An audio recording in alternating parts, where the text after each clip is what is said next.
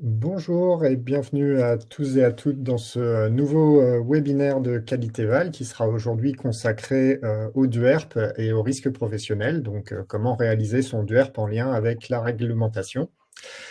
Je serai aujourd'hui accompagné pour la première fois par Cynthia Migliorero, donc, qui est formatrice et consultante chez Qualitéval, qui est également spécialiste du management de la qualité, de la santé et sécurité au travail et également évaluatrice sur la nouvelle réforme de l'évaluation HAS. Je suis moi-même Antoine Maître, donc responsable du développement du logiciel Qualitéval. Et donc, comme vous le connaissez, nos différentes activités. Donc, pour ceux qui sont clients du logiciel, vous connaissez déjà le logiciel de management de la qualité et des risques Qualitéval. Et nous sommes également organisme de formation certifié Calliope. Donc, on vous propose des formations, des accompagnements métiers et également toutes les formations au logiciel, dont des formations au DUERP, dont vous verrez un aperçu aujourd'hui.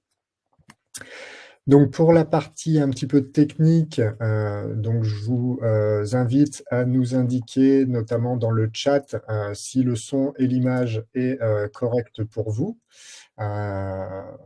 Voilà, vous pouvez également vous présenter si vous le souhaitez et si vous avez des soucis, vous avez quelques petites astuces pour régler ça. Donc, vous avez un onglet de chat en bas à droite dans lequel vous pouvez communiquer avec nous si jamais vous avez un souci ou quoi que ce soit. Juste à côté, vous avez également un onglet questions dans lequel je vous inviterai à poser vos questions durant toute la présentation et nous pourrons ainsi y répondre à la fin de ce webinaire. Donc, il y aura 10-15 minutes qui seront consacrées aux réponses à vos questions. Vous avez également des sondages qui pourront vous être proposés à la fin du webinaire. On reviendra dessus à la fin, au moment où je vous proposerai tout ça. Voilà, donc je vais laisser la parole à Cynthia pour nous parler aujourd'hui du DUERP. Je vous salue tous, là je vois que le chat est en train de réagir, c'est très bien. Donc n'oubliez pas, posez vos questions dans l'onglet questions, ça vous permet, ça permet aux autres de pouvoir voter sur les questions qu'ils veulent voir répondre en priorité. Et sans plus tarder, Cynthia, je te passe la parole. Merci Antoine. Effectivement, je reprends donc la main. Donc bonjour à tous et à tous. Je vais commencer par une petite présentation de la définition de la prévention des risques professionnels. Donc la prévention des risques professionnels, ça consiste tout simplement à éviter un accident du travail, une maladie professionnelle et d'une manière un peu plus générale, l'apparition d'une situation dangereuse. Donc, si un risque ne peut être évité, il va falloir mettre en place des mesures de protection qui vont viser à limiter les conséquences qui doivent être mises en place. On va d'abord commencer par la présentation des définitions essentielles dans tout ce qui est évaluation des risques professionnels. Alors, tout d'abord, qu'est-ce qu'un accident du travail? Donc, l'accident du travail, c'est un accident qui est survenu ou occasionné à l'occasion du travail à tout chef d'entreprise et salarié d'un ou de plusieurs employeurs. Donc, l'accident du travail, sa particularité, c'est qu'il est soudain, il est d'origine professionnelle et il entraîne des dommages corporels ou psychologiques, bien sûr, sur le salarié. Une maladie professionnelle, c'est une conséquence directe de l'exposition d'un travailleur à un risque qui résulte des conditions dans lesquelles il exerce son activité professionnelle. Donc, risque chimique, physique, biologique. Quand on réalise un document unique d'évaluation des risques professionnels, c'est important de faire la différence entre les définitions clés qui sont un danger, un risque et un dommage. Donc, le danger, c'est ce qui peut faire mal. C'est la cause. Donc, si vous vous cognez effectivement sur une porte, le danger, ça sera la porte. Au niveau du risque, c'est la probabilité que l'accident se produise. Et le dommage, c'est un événement non souhaité qui va engendrer des conséquences, qu'elles soient physiques ou psychologiques. Donc, dans le schéma, vous allez retrouver le danger avec le salarié. Et quand un danger rencontre un salarié, ça peut provoquer un risque, donc provoquer un accident et donc un dommage. Donc, tout ça pour vous expliquer un petit peu la démarche d'évaluation des risques professionnels. Dans la démarche donc d'évaluation des risques professionnels, on a aussi le cadre réglementaire qui rentre en jeu. Donc, la réglementation, donc dans le code du travail, donc l'article L4121-1, l'employeur va prendre les mesures nécessaires pour assurer la sécurité et protéger donc la santé physique et mentale des travailleurs. Donc, l'employeur doit veiller à l'adaptation de ces mesures pour tenir compte du changement des circonstances et tendre à l'amélioration des situations qui sont existantes dans l'entreprise. Au niveau de la réglementation, l'article L4121-2, ça présente en fait les 9 principes généraux de prévention. Alors, dans ces principes généraux de prévention que vous pouvez retrouver, vous avez le premier qui consiste à éviter le risque. La première chose, c'est de se poser la question si on peut éviter le risque professionnel. Si on n'a pas la possibilité d'éviter le risque professionnel, on va devoir dans ce cas-là l'évaluer. Et c'est là qu'on va réaliser notre document unique. Le troisième principe de prévention, c'est de combattre le risque à la source. Le quatrième, c'est d'adapter le travail à l'homme et non pas l'homme au travail. Le cinquième, c'est de tenir compte de l'évolution de la technique, donc du matériel qui sort sur le marché. Par exemple, pour tout ce qui est manutention, donc on pourrait avoir la mise en place d'un rail plafond, d'un verticalisateur, d'un lève-malade mobile, etc. De remplacer ce qui est dangereux parce qu'il est moins. Donc, par exemple, s'équiper de produits écolabels ou de produits qui seront moins dangereux pour la santé de nos salariés. De planifier la prévention, donc c'est-à-dire réaliser un plan d'action. Donc, un plan d'action maintenant qui peut être imposé, on va voir pour les entreprises de plus de 50 salariés avec la réalisation du PAPRI Pact. On va en parler après. De donner la priorité aux mesures de protection collective. Si on a la possibilité de mettre en place des mesures de protection qui vont protéger plus de salariés, il faut prioriser donc ces mesures de protection. Et aussi de donner donc les instructions appropriées aux salariés, c'est-à-dire de former, de sensibiliser les salariés. Donc, que ce soit par exemple sur du matériel, que ce soit sur des formations, des sensibilisations, sur des protocoles, des procédures, etc. Donc, ça, c'est les 9 principes généraux de prévention. Ça veut dire que le document unique doit quand même s'appuyer sur ces 9 principes généraux de prévention. Donc, l'article L4121-1, l'employeur doit quand même transcrire et mettre à jour un document unique pour prévenir la santé et la sécurité des travailleurs. Donc, le document unique, c'est un inventaire des risques identifiés dans chaque unité de travail. Donc, le document unique, vraiment, sa porte d'entrée, c'est les unités de travail. Donc, on va voir après qu'il est important de bien définir ces unités de travail dans son entreprise.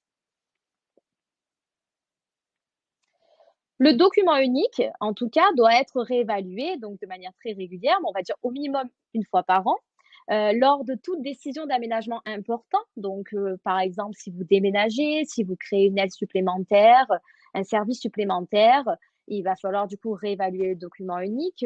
Si vous embauchez aussi une nouvelle profession, tout ce qui pourrait être une information intéressante supplémentaire qui va venir du coup réorganiser l'évaluation des risques professionnels.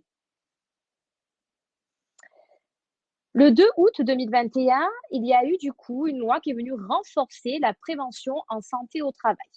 Donc, il y a plusieurs choses qui sont venues du coup s'intégrer. Donc, effectivement, déjà, pour les entreprises donc, de 11 salariés ou moins, le document unique ne doit pas être remis à jour chaque année, mais en tout cas, il faut quand même que le document unique soit créé et ce n'est plus une obligation tous les ans.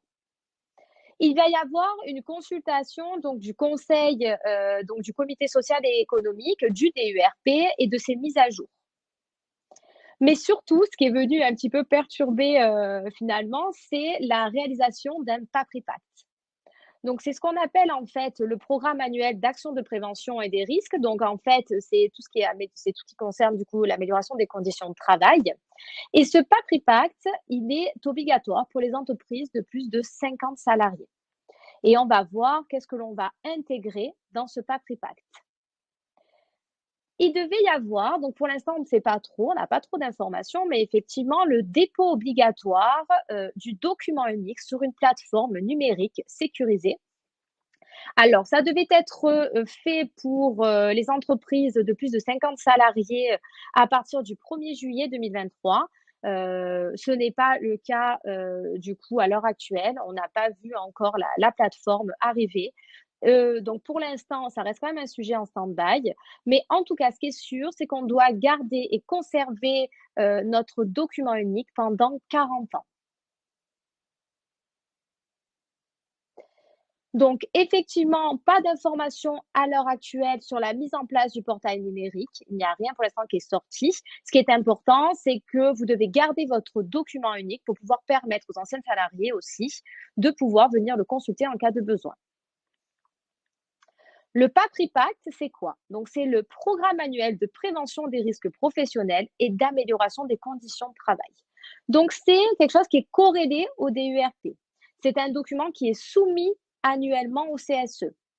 Donc, dans ce PAPRIPACT, effectivement, vous devez intégrer les actions de prévention, les objectifs des actions, le planning de la mise en place des différentes actions. Donc, le planning de la mise en place, c'est quoi? C'est une date d'échéance, tout simplement. Le budget alloué à ces actions et les référents qui vont être en charge de ces actions. Donc, ça veut dire le pilote de l'action. Donc, au niveau de la réglementation, c'est ce qui nous est imposé donc en tant qu'employeur de pouvoir créer ce document unique. Document unique, ça peut faire un petit peu peur. Qu'est-ce que on entend par la création du document unique et la mise en place de sa démarche d'évaluation des risques professionnels? C'est ce qu'on appelle une démarche EVRP. Donc, pour mettre en place une démarche EVRP, il va falloir quand même commencer à préparer la démarche. Donc, à réfléchir comment on va créer son document unique.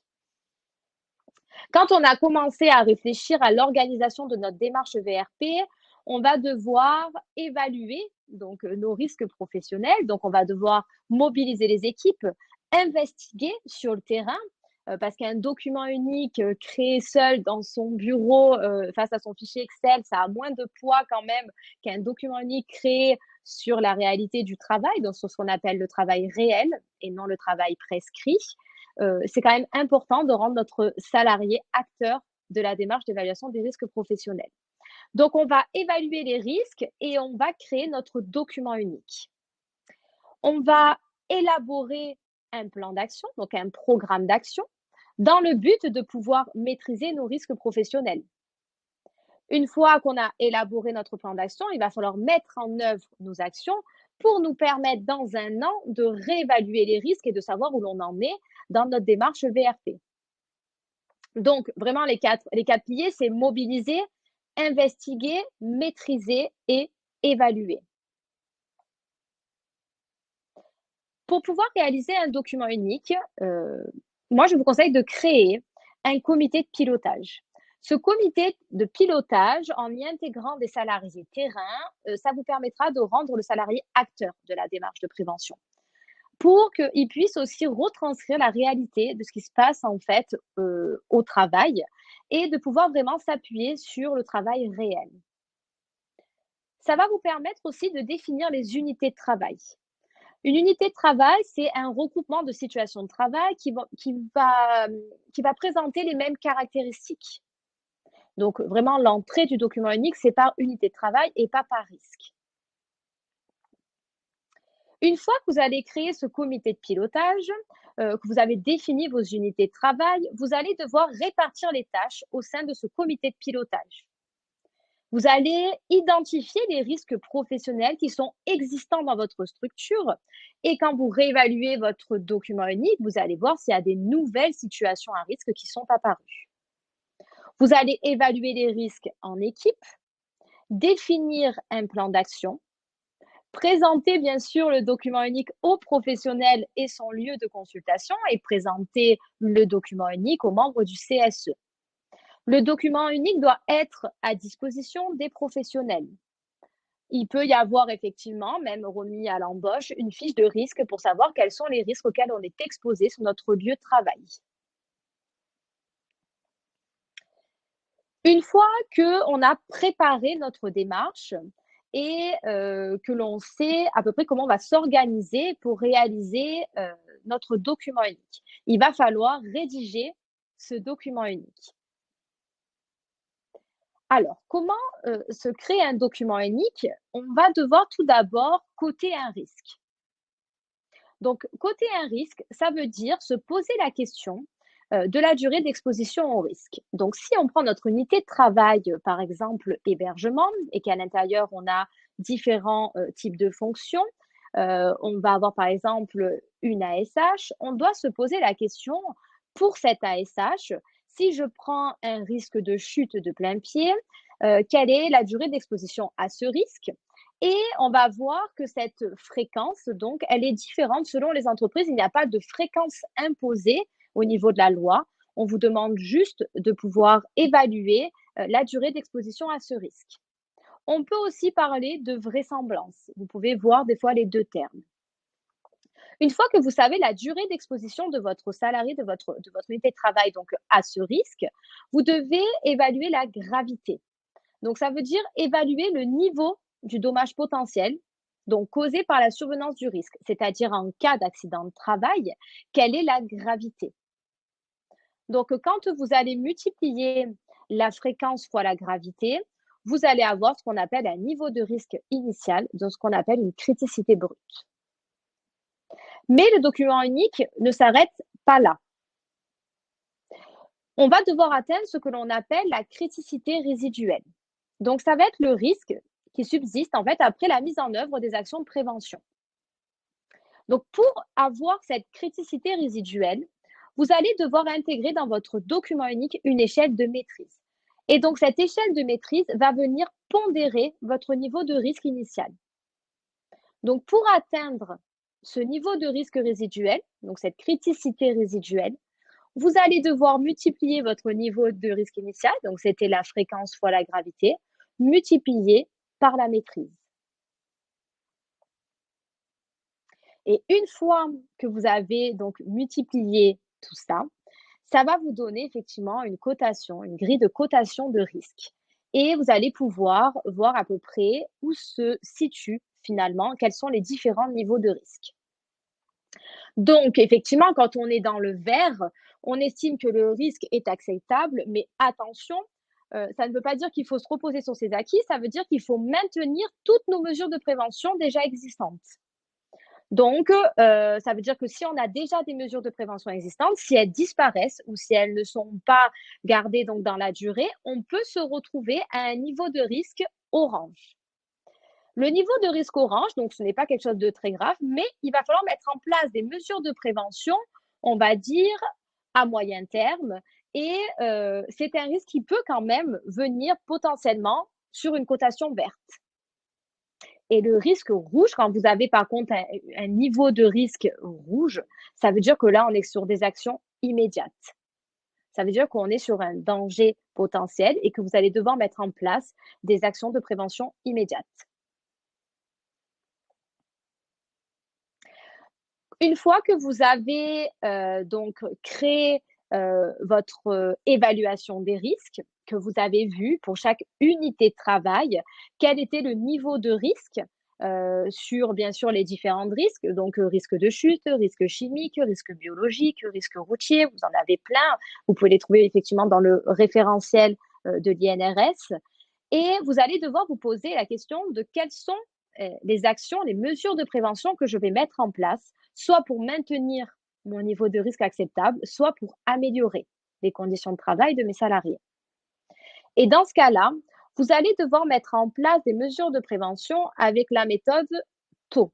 Donc TO, T-H-O, T-O-H, pardon, qui veut dire tout simplement les mesures techniques. Donc, qu'est-ce que l'on entend dans les mesures techniques? C'est-à-dire de la mise en place de matériel, des équipements de protection individuelle. Ça peut aussi concerner la maintenance des locaux, tout ce qui peut être mis en place au niveau technique. Après, on a les mesures organisationnelles. Donc ça concerne l'organisation du travail, les plannings, les protocoles, les procédures. Ça concerne vraiment toute la partie organisation. Et après, les mesures humaines. Donc ça, c'est la formation, les sensibilisations, les réunions, les informations. C'est important d'avoir un mélange quand même de toutes ces mesures-là.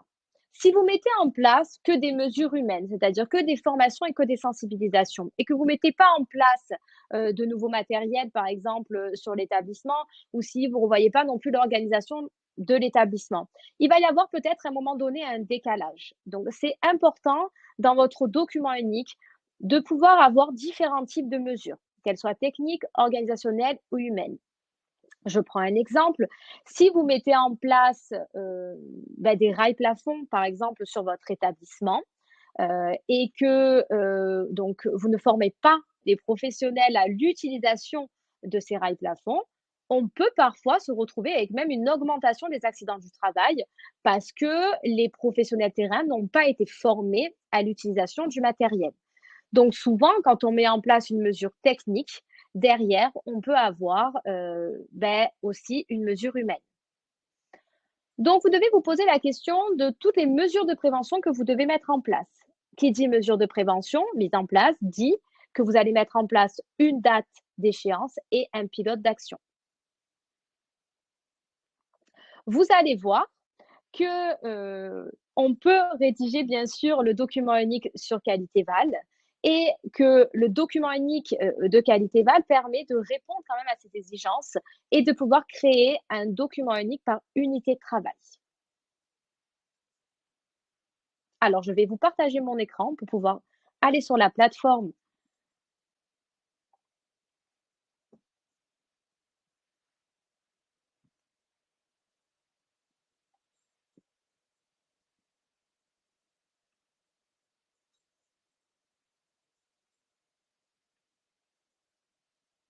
Voilà. Donc là, on est bien sur, la plateforme de Qualitéval, sur le module risque. Donc, la réalisation du document unique va se passer dans le module risque. Vous avez quand même une partie paramétrage qu'il va falloir mettre en place avant la création de votre premier document unique. Donc, au niveau donc, du paramétrage, vous allez devoir paramétrer les unités de travail qui vont venir s'agrémenter dans votre document unique. Deuxièmement, vous allez aussi paramétrer toute la liste des organismes de prévention qui interviennent dans votre prévention des risques professionnels, mais aussi les organismes de contrôle, tous les organismes qui interviennent finalement dans toute cette partie gestion des risques. Une fois que vous avez réalisé cette partie paramétrage au niveau ici de la roue crantée paramètres, vous allez pouvoir réaliser l'évaluation de vos risques professionnels. Quand vous ouvrez votre document unique, vous allez tomber sur cette page-là et vous allez pouvoir cliquer sur évaluer. Quand vous êtes sur évaluer, vous allez retrouver donc l'évaluation des risques professionnels et vous allez pouvoir retrouver vos différentes unités de travail qui ont été créées dans votre organigramme. Donc là, par exemple, moi j'ai animation, direction administration, hébergement, restauration, soins. Et dans ces unités de travail, vous avez forcément affecté des différentes fonctions. Donc quand vous sélectionnez une unité de travail, donc par exemple l'hébergement, vous allez pouvoir retrouver ici un espace où vous allez pouvoir retrouver une synthèse. Donc les postes de travail donc associés ici, la répartition du niveau de risque résiduel et vous allez pouvoir avoir ici aussi les risques qui ont un niveau élevé. Au niveau de l'avancement, vous pouvez savoir combien de risques vous avez évalués, sur combien. Donc le référentiel des risques, là par exemple, contient 27 risques. Donc moi j'en ai évalué par exemple que 3 sur 27. Ici, vous retrouvez tous les types de risques. Sachez que le référentiel de risque est paramétrable selon votre établissement. Donc, nous, on a bien sûr dedans agrémenté le référentiel de l'INRS, mais vous pouvez le paramétrer en fonction de vos types de risques présents sur l'établissement. Vous avez la possibilité aussi d'ajouter un risque. Au niveau des types de risques, si par exemple, je peux cliquer sur manutention d'objets ou manutention de personnes, peu importe, je vais retrouver ici les différentes fonctions concernées par ce risque-là. Donc, si par exemple, je mets le risque travail sur écran, je vais savoir si au niveau de mon unité de travail, mon agent de restauration ou ma gouvernante est concerné par le travail sur écran.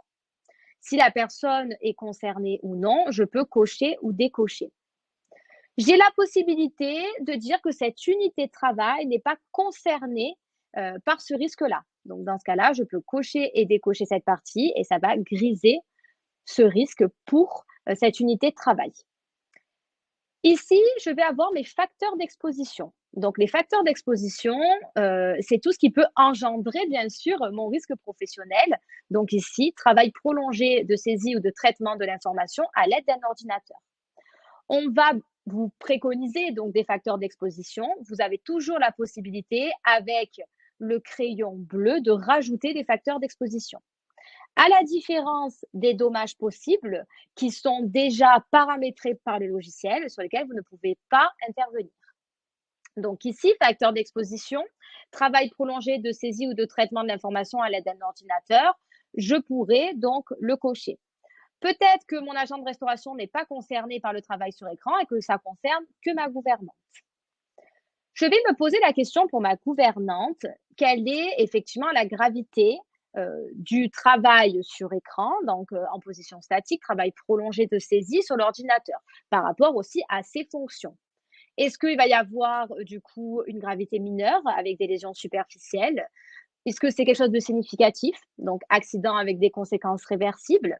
Est-ce que c'est majeur, donc accident avec séquelles? Ou est-ce que c'est catastrophique et vital, donc décès ou incapacité permanente? Et je vais par exemple mettre mineur, lésion superficielle.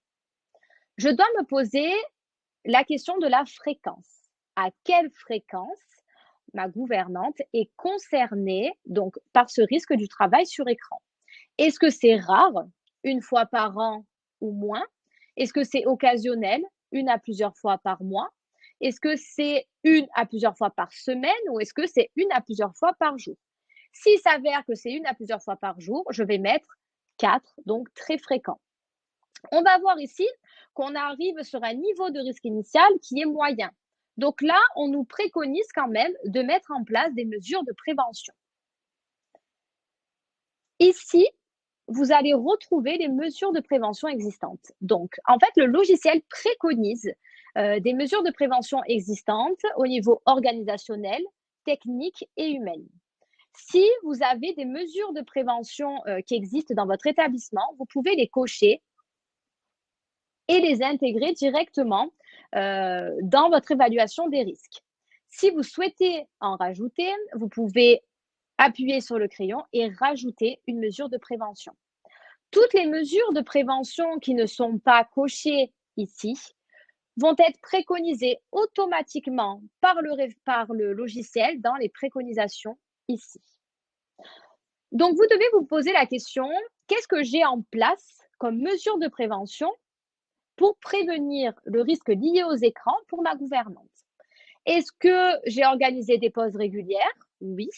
Est-ce qu'on a organisé l'alternance des tâches? Ben oui. Est-ce qu'on a aménagé notre poste de travail? Oui. Est-ce que finalement je n'ai pas aménagé le poste de travail? Et si je décoche, ça apparaît automatiquement dans mes préconisations. Donc, au niveau de mes mesures de prévention existantes, je vais devoir ajouter une maîtrise. Donc, je vais me poser la question de quel est mon niveau de maîtrise pour cette unité de travail. Est-ce que j'ai une sécurité satisfaisante? Donc, des mesures de prévention complètes sont mises en place. L'efficacité est régulièrement évaluée. Une sécurité mise en place, tout simplement. Donc, des mesures de prévention existent et sont totalement déployées, mais l'efficacité n'est pas tout le temps évaluée. La sécurité initiée, donc certaines mesures de prévention existent mais sont déployées que partiellement. Et une sécurité absente, ça veut dire que je n'ai aucune mesure de prévention mise en place. Donc, si par exemple j'ai certaines mesures de prévention, je vais pouvoir cliquer sur le 2 et là, je vais me retrouver dans un niveau de risque effectivement résiduel qui est quand même convenable, qui est acceptable. Donc, j'ai la possibilité, si je le souhaite, de mettre en place quand même une action d'amélioration. Mais sinon, si par exemple j'étais dans une sécurité absente, là, j'aurais quand même une vraie préconisation de pouvoir mettre en place une action d'amélioration pour pouvoir améliorer le niveau de risque de la gouvernante sur le travail sur écran. Donc, une fois que j'ai réalisé l'évaluation de mon risque, je vais réaliser cette partie-là sur tous les risques pour toutes mes unités de travail. Je retrouve ici le travail sur écran avec un niveau de risque résiduel, donc 16, et je vais retrouver toutes les différentes cotations avec bien sûr la couleur qui est associée sur tous les types de risques, donc sur mon référentiel. L'avancement donc a été mis à jour, donc j'ai 4 risques évalués sur 27. J'ai mon niveau de risque là qui va venir se mettre à jour. Je peux aussi évaluer les facteurs de pénibilité identifiés sur les différents risques identifiés par rapport au travail de nuit, etc., au port de charge. Et je vais pouvoir réaliser mon document unique au fur et à mesure. Une fois que j'ai réalisé l'évaluation de chaque risque pour chaque unité de travail, je peux avoir une synthèse de mon document unique ici. Donc, je peux avoir l'état d'avancement de mes différentes unités de travail. Je peux analyser donc mon document unique. Donc, je peux avoir différents types de graphiques, avoir des résultats globaux et je peux aussi sortir une analyse des risques par unité de travail. Donc, au niveau de mon unité de travail, je vais pouvoir avoir mon niveau de risque initial et avoir, par exemple, différents graphiques. Je peux changer mon type de graphique.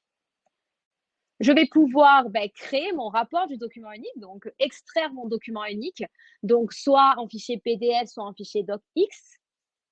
Et je vais pouvoir surtout lier mon PapriPact. Donc, le PapriPact sort automatiquement, c'est un export qui est réalisé. Et la seule contrainte que vous avez, c'est que quand vous réalisez et que vous mettez en place une action d'amélioration dans votre document unique, vous devez y associer un coût par rapport, du coup, à la réglementation liée au PapriPact. Une fois que vous avez donc réalisé votre document unique et que vous êtes sûr que ce document unique est clôturé, vous pouvez archiver votre évaluation et vous allez pouvoir la dupliquer l'année d'après sans tout refaire pour pouvoir mettre à jour juste les risques qui ont bougé d'une année sur l'autre.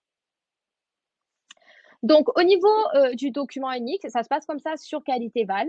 Effectivement, ça sort un fichier quand même assez complet que vous pouvez donc personnaliser aussi, parce que vous pouvez personnaliser votre rapport donc votre rapport de document unique.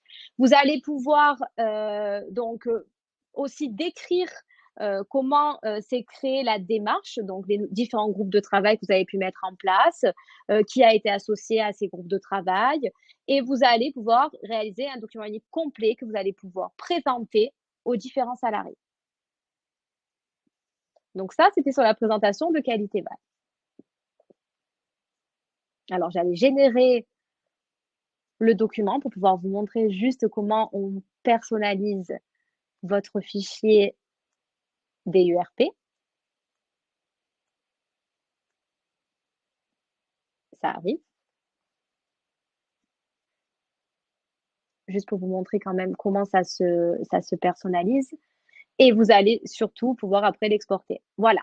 Donc là, on se retrouve sur la personnalisation de notre document unique avec les différentes parties. Page de garde, identification de la structure, organisme de prévention et de contrôle. Vous allez pouvoir tout personnaliser. Ça fait aussi un rappel sur la méthodologie, le calendrier, donc comment vous avez organisé votre démarche d'évaluation des risques professionnels, la composition des groupes de travail, toute la définition de vos unités de travail. Ça reprend le principe de cotation et après, ça vous sort l'évaluation en fait de votre établissement par différentes unités de travail. Vous allez avoir une synthèse de l'évaluation aussi, donc par risque. Et vous pouvez retrouver un tableau donc au niveau des synthèses des risques résiduels, la conclusion de l'évaluation des risques et ça vous sortira automatiquement votre plan d'action. Donc ça, vous allez pouvoir l'enregistrer et l'extraire au format PDF ou en format Word. Voilà pour la partie présentation. Donc, je vais arrêter de partager mon écran. Et peut-être que, Antoine, tu reprends la main? Oui, tout à fait. Je vais reprendre la main. Merci pour cette présentation. Alors, on va voilà, repasser sur le support. Je vais vous partager, le temps d'arriver aux questions, un rapide sondage. Je vous laisse y répondre et puis on va passer aux premières questions. Donc, il y a effectivement eu plusieurs questions posées pendant ta présentation que je D'accord. vais pouvoir afficher au fur et à mesure. Alors, on va commencer par une question de définition. Madame Grillon qui nous demandait de redonner la définition du niveau de maîtrise. Alors effectivement, le niveau de maîtrise, c'est ce qui va venir pondérer en fait le niveau de criticité brute.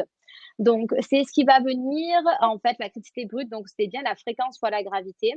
Et pour savoir quel est le niveau de risque résiduel de l'établissement, il faut qu'on vienne pondérer cette criticité brute avec la maîtrise de l'établissement, donc c'est-à-dire les actions déjà mises en place par l'établissement sur ce risque professionnel.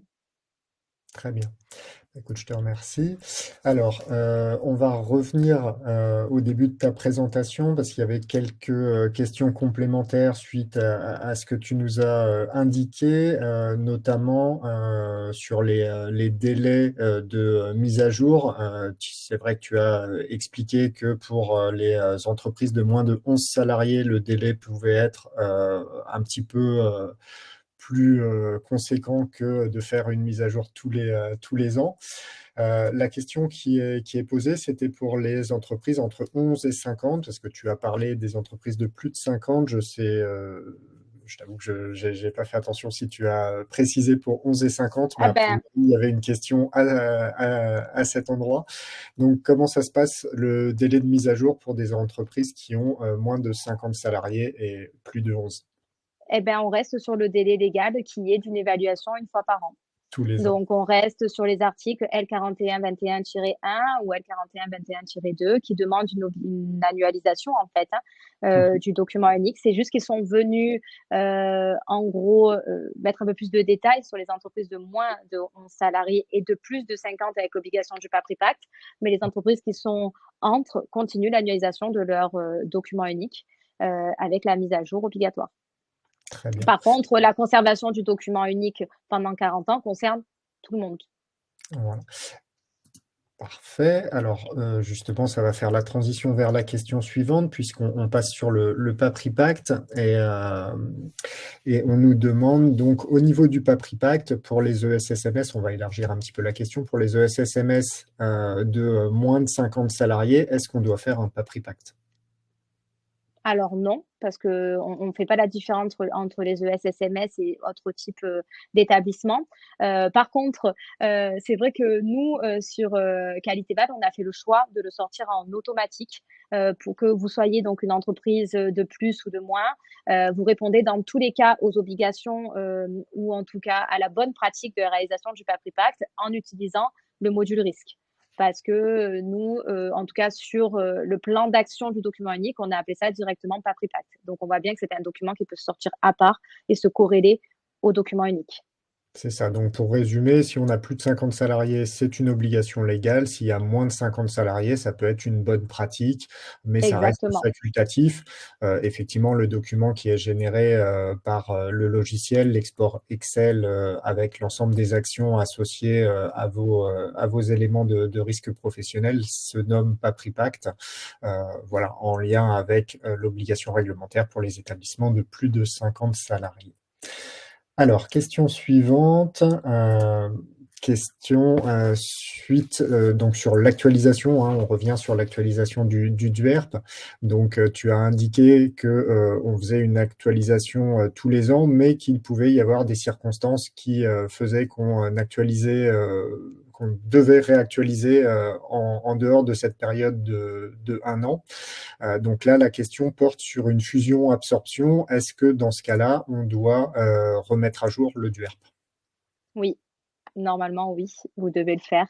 Tout changement important, donc comme ça dans l'entreprise, en plus, fusion-absorption, ça veut dire que vous allez récupérer aussi peut-être des salariés, différentes fonctions, et de toute façon, le document unique est mis à jour aussi en fonction de vos effectifs présents, à l'instant T, donc on va dire, dans l'établissement. Donc oui, bien sûr, ça nécessite une mise à jour. Ça pourra toujours s'expliquer sur un délai qui n'est pas immédiat, Mais en tout cas, oui, ça nécessite une mise à jour. Très bien, je te remercie pour cette réponse. Alors, question suivante, cette fois-ci, peut-être plus pratico-pratique sur le logiciel. Monsieur Génie nous demande si on peut imprimer les risques par unité de travail. Alors, je vais peut-être y répondre Ouais, directement. Donc, vous je te avez la laisse. possibilité directement dans le logiciel de faire des exports, soit au niveau des unités de travail, donc vous avez un export PDF ou un export Excel que vous pouvez derrière imprimer, mettre à disposition des salariés. Vous pouvez également utiliser les pages correspondantes dans le rapport du DUERP, qui peuvent être là aussi extraites ou séparées du reste du document, hein, notamment si vous utilisez l'export PDF. Vous avez parfois la possibilité avec certains outils voilà, de supprimer les pages et de ne garder que ce qui vous intéresse. Sinon, à partir du Word, vous êtes complètement libre de récupérer la partie correspondant à l'analyse de telle ou telle unité de travail et de la mettre à disposition de vos salariés correspondants. Sachant qu'on va chercher, nous, à aller un petit peu plus loin dans des prochaines mises à jour du logiciel, c'est d'avoir directement des boutons qui permettront de sortir la grille de risque que vous avez évaluée par poste de travail. Voilà, ça pourra aussi peut-être apparaître directement dans les fiches des personnes une fois que l'évaluation aura été menée dans le logiciel. Voilà, donc ça fait partie Ok. d'évolutions qui pourront intervenir dans des prochaines versions du logiciel. Donc restez vigilants là-dessus. Vous serez informés de toute façon lorsque ce sera en place. Alors, question suivante, et puis là on aborde sur la dernière, donc n'hésitez pas si vous avez, on a encore un petit peu de temps, donc si vous avez d'autres questions à les poser dans l'onglet questions. Donc, question de Madame Robert, les mesures de prévention doivent-elles obligatoirement être écrites ou est-ce que l'oral peut suffire? Alors là, on touche un petit peu à la démarche qualité, donc je comprends bien que dans certains établissements, on est encore sur la culture de l'oralité et je pense qu'il ne faut pas le supprimer.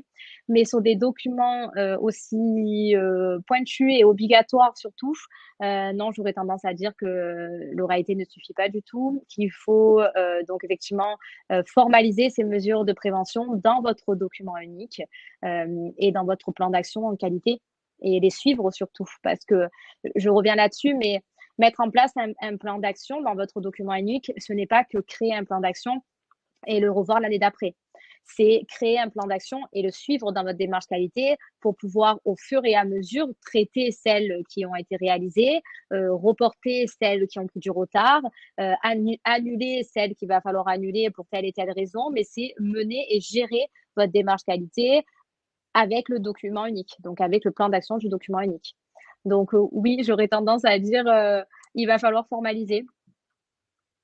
Oui, et puis ça va concourir à la bonne traçabilité, hein. On l'a vu Exactement. dans ton exposé, il y a aujourd'hui une nécessité de conservation sur 40 ans, donc il va Et oui. pouvoir falloir justifier de tout ça peut-être dans plusieurs années, et l'oral ne va pas suffire pour justifier ça. Donc effectivement, vous avez la possibilité, comme tu nous l'as montré tout à l'heure, également d'associer des documents, notamment aux mesures de prévention en place. Donc tout ce qui est procédure, protocole associés qui peuvent justifier d'une démarche qui n'est pas Mmh. uniquement orale.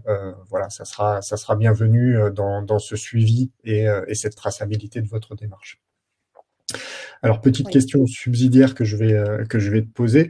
Est-ce qu'il y a une date butoir dans l'année pour la mise à jour du DUERP ou est-ce que chaque établissement peut fixer ça selon son rythme, sachant que pour les établissements de plus de 50 salariés, le PAPRI Pacte doit être mis en place avec le CSE et Oui, si j'ai bonne et mémoire, il faut que ce soit fait avant la fin de l'année civile. exactement. Alors, j'allais dire la seule date qui est présente, c'est pour donc effectivement la loi donc du 2 août 2021 où dedans vous avez marqué décembre sur la présentation du PAPRI Pacte aux membres du CSE. Alors, ben, je pense que par rapport à cette date-là, déjà pour les entreprises de plus de 50 salariés, il faut se fixer une deadline, peut-être aux alentours du mois de septembre-octobre, le temps de réaliser l'évaluation et de présenter notre PAPRI Pacte aux membres du CSE. Pour ceux qui ne sont pas, du coup, effectivement éligibles, on va dire, au PAPRI Pacte, ce qui est important, c'est de fixer un bon rythme. C'est-à-dire que si on prend l'habitude de remettre à jour nos documents uniques ben, tous les mois de juin, il faut garder ce rythme-là pour jamais avoir trop d'espace et donc peut-être 18 mois voilà, entre les deux mises à jour. Donc, il n'y a pas forcément de date précise, c'est précisé une fois par an dans l'article L4121-1. Par contre, dans la nouvelle loi du 2 août 2021, c'est la présentation du PAPRI Pacte avant décembre de chaque année. C'est ça, très bien. Donc, chaque établissement est libre de son rythme, comme tu viens de nous l'indiquer. Exactement. Parfait, très bien. Alors, petite question subsidiaire qui revient régulièrement dans les webinaires. Est-ce que le support sera transmis? Donc, effectivement, oui, je vous transmettrai à tous les participants. Vous recevrez la copie du support de Cynthia qui vous permettra voilà, de retrouver toutes les informations qui vous ont été partagées dans ce webinaire. Je vous rappelle également, notamment pour ceux qui ont peut-être pris le webinaire en cours de route, que vous avez la possibilité de le retrouver dans le centre d'aide du logiciel en version replay. Donc, vous avez la vidéo en rediffusion libre qui est disponible en général sous 24-48 heures. Vous retrouvez également dans cette partie du logiciel tous les anciens webinaires, hein, si vous voulez consulter des anciennes présentations. Vous avez tout à fait la possibilité. Voilà, alors je ne vois plus de nouvelles questions. Je pense qu'on va se diriger tout doucement vers la fin de ce webinaire. Je vous remercie tous et toutes pour votre participation, vos questions. Merci Cynthia pour Merci à vous. la présentation. Et on va vous inviter pour le webinaire suivant, donc de nouveau animé par Cynthia le 23 avril. Et cette fois-ci, on parlera des plaintes et réclamations, donc comment gérer les plaintes et réclamations en lien avec le référentiel HAS. On en profitera évidemment pour vous présenter ce nouveau module que vous avez vu apparaître en début d'année, que vous pouvez tester et commencer à utiliser dès maintenant, qui est pour l'instant dans une phase bêta parce qu'on apporte régulièrement des nouvelles fonctionnalités et qu'on corrige également les petits bugs suite à vos retours. Voilà, tout ça, ça devrait être terminé normalement sur le mois d'avril et on pourra vous présenter l'intégralité de ce module et faire des rappels également théoriques et réglementaires associés aux plaintes et réclamations. Voilà, donc on vous donne à tous rendez-vous le 23 avril. Encore merci Cynthia pour ta présentation. Merci à vous. Merci pour vos questions et réponses et on vous souhaite une bonne fin de journée. À très bientôt. Bonne fin de journée. Au revoir. Merci beaucoup. Au revoir.